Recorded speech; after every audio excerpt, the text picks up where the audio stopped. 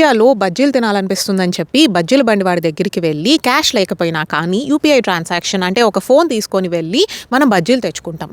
కానీ జర్మనీలో అలా కాదు. మీకు తెలుసా ఇక్కడ ఇంత పెద్ద డెవలప్డ్ కంట్రీ అయినా కానీ వీళ్ళు ఇంకా క్యాష్లెస్ అవ్వలేదు అని.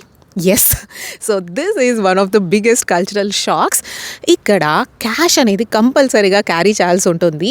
చాలా సూపర్ మార్కెట్స్లో, రెస్టారెంట్స్లో, బయట షాప్స్లో క్యాషే యాక్సెప్ట్ చేస్తారు. కార్డ్ అనేది యాక్సెప్ట్ చెయ్యరు. ఓన్లీ కొన్ని వాటిలో మాత్రమే కార్డు ఉంటుంది. అది కూడా ఒక లిమిటెడ్ ట్రాన్సాక్షన్స్ చేస్తేనే మీకు కార్డు ఉంటుంది. అంటే నేను వెళ్ళే ఇండియన్ స్టోర్స్లో అవ్వచ్చు, కొన్ని ఇండియన్ రెస్టారెంట్స్లో అవ్వచ్చు, కంపల్సరీ 10 యూరోసో 20 యూరోసో ఉంటే కానీ కార్డ్ యాక్సెప్ట్ చేయరు అనమాట. సో వాటికంటే తక్కువ ఉంటే కంపల్సరీ క్యాష్ పే చేయాల్సి ఉంటుంది.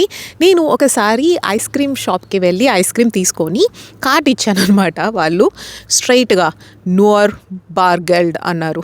అంటే ఓన్లీ క్యాష్ అనమాట. సో ఇంక నేనేం చేయను, నా చేతిలో క్యాష్ లేదు. సో కామ్గా వచ్చేసారనమాట ఐస్ క్రీమ్ తినకుండా. ఇలాంటివన్నీ జరుగుతూ ఉంటాయి. మీరు మాత్రం జర్మనీ వస్తే కంపల్సరీ క్యాష్ అనేది క్యారీ చేయండి. ఇలాంటి ఇంట్రెస్టింగ్ కల్చరల్ షాక్స్ మీరు ఇంకా చూడాలనుకుంటున్నారా? నేను ఒక ఫుల్ లెంత్ వీడియో అనేది చేసున్నాను. ఆ లింక్ నేను ఇక్కడ కింద డిస్క్రిప్షన్లో మెన్షన్ చేస్తాను. ఒకసారి వెళ్ళి చెక్ చేయండి.